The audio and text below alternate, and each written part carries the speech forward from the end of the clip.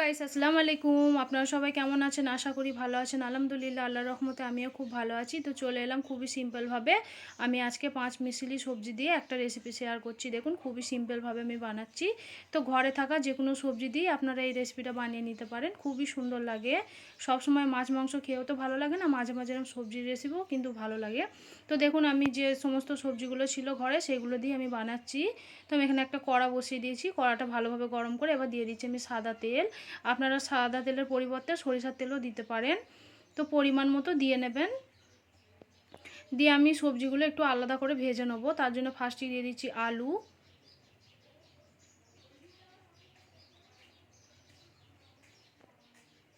তো আলুগুলো আমি একটু ভালোভাবে লাল লাল করে ভেজে নেব। দিয়ে দিচ্ছি 1 চামচ মতো লবণ।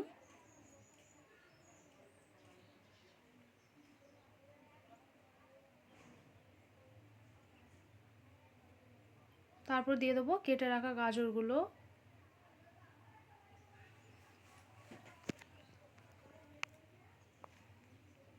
তো দেখুন, আমার এই সবজিগুলো কিন্তু ভাজা হয়ে গেছে। তারপর দিয়ে দিচ্ছি বাকি যে সবজিগুলো ছিল, বেগুন, সিম, সেগুলো আমি এবার একসঙ্গে দিয়ে ভেজে নেব। তারপর দিয়ে দিচ্ছি 1 চামচ মতো হলুদ গুঁড়ো।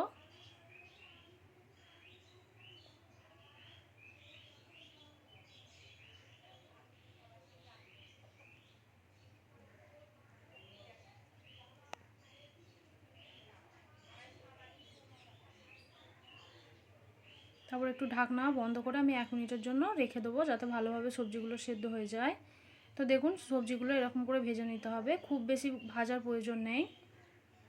আমি সমস্ত সবজিগুলো এবার একটা প্লেটে তুলে আমি আবার কড়াটা বসিয়ে দিচ্ছি।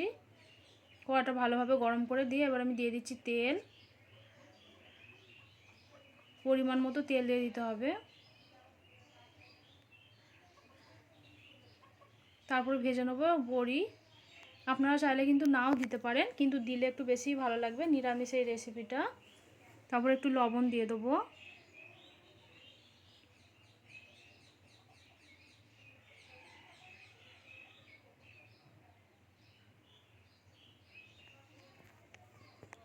এতে বড়িগুলো আমি তুলে নেব। তো আমি আর একটু কড়াতে তেল দিয়ে দিয়েছি। তারপর দিয়ে দিচ্ছি ফোড়ন। ফার্স্টে দিয়ে দিচ্ছি গোটা জিরে। তারপর দিয়ে দিচ্ছি শুকনো লঙ্কা। তারপর দিয়ে দেবো কিছু পেঁয়াজ কুচি।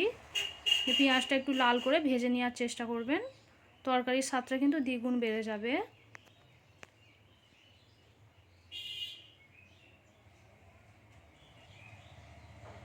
তো পেঁয়াজটা আমি একটু লাল করে ভেজে নিয়েছি। তারপর দিয়ে দিচ্ছি লবণ।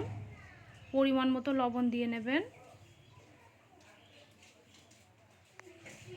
তো লাল করে ভেজে নেওয়ার পর আমি দিয়ে দিচ্ছি এখানে রেড চিলি পাউডার 1 চামচ।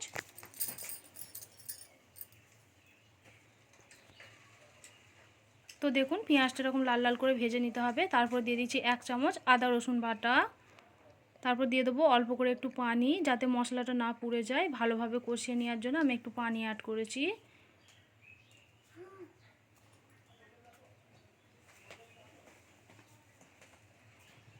তো আমি একটু ভালোভাবে কষিয়ে নিয়েছি। তো দেখুন, কালারটা মাশাআল্লাহ অনেকটাই সুন্দর হয়েছে। তারপর দিয়ে দিচ্ছি 1 চামচ হলুদ গুঁড়ো।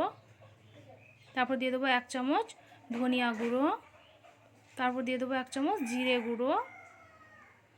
একটু ভালোভাবে কষিয়ে নেব, মশলাটার গন্ধটা যাতে না থাকে।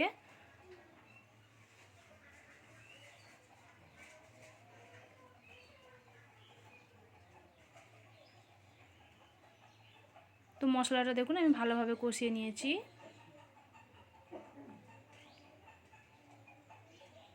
তারপর দিয়ে দেবো কেটে রাখা টমেটো।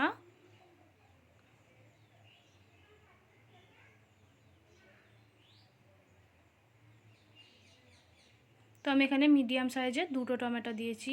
আপনারা যেরকম খেতে পছন্দ করেন সেরকম একটু কম বেশি করে নিতে পারেন। তো টমেটোটা দেখুন ভালোভাবে গলে গেছে, গ্রেভি টাইপের হয়ে গেছে। এবার আমি দিয়ে দেবো ভেজে রাখা সবজিগুলো। 5 মিশালি যে সবজিটা ভেজে রেখেছি সেইটা আমি এর মধ্যে দিয়ে দেবো। দিয়ে একটু ভালোভাবে কষিয়ে নেব।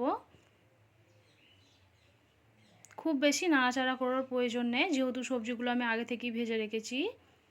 তাই আলতো হাতে একবার দুবার নেড়ে দিতে পারেন।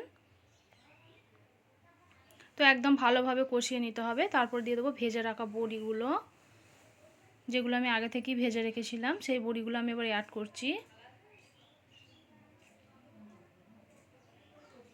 দিয়ে একটু ভালোভাবে কষিয়ে নিয়েছি আমি। দেখুন আমি 1 মিনিটের জন্য একটু ঢাকনা বন্ধ করে রেখে দিচ্ছি। তো 1 মিনিট পর আমি দেখুন পানিটা একদমই শুকিয়ে এসেছে। তো এবার আমি একটু ভালোভাবে কষিয়ে নেব। তো 80% সবজিটা আমি আগেই কুক করে রেখেছি, মানে ভেজে রেখেছিলাম। তো 20% সবজিটা আমি 1 মিনিটের জন্য ঢাকা দিয়ে পুরোপুরি সেদ্ধ করে নিয়েছি। তারপর দিয়ে দিচ্ছি 1 চামচ মতো গরম মশলা গুঁড়ো।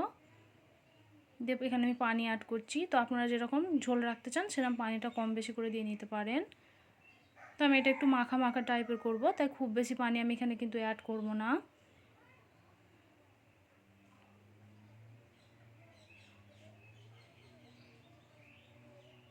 তো ভালোভাবে ফুটিয়ে নিয়ে আমি এবার 2 মিনিটের জন্য রেখে দেবো একটু ভালোভাবে ফোটার জন্য। তো 2 মিনিট পর আমি ফিরে আসছি। দেখুন ঝোলটা কিন্তু অনেকটাই কমে গেছে আর সবজিগুলোও কিন্তু ভালোভাবে সেদ্ধ হয়ে গেছে। তো দেখুন আমি দেখেও দিচ্ছি আপনাদের কাছে একবার। তো আমার এই সিম্পল রেসিপিটা 5 মিশালি সবজির রেসিপিটা আপনাদের কেমন লেগেছে অবশ্যই কমেন্ট করবেন, শেয়ার করবেন। আর আমার চ্যানেলে যদি নতুন হয়ে থাকেন চ্যানেলটিকে অবশ্যই একবার সাবস্ক্রাইব করবেন। ততক্ষণের জন্য ভালো থাকবেন, সুস্থ থাকবেন। অবশ্যই কমেন্ট করে জানাতে একদমই ভুলবেন না।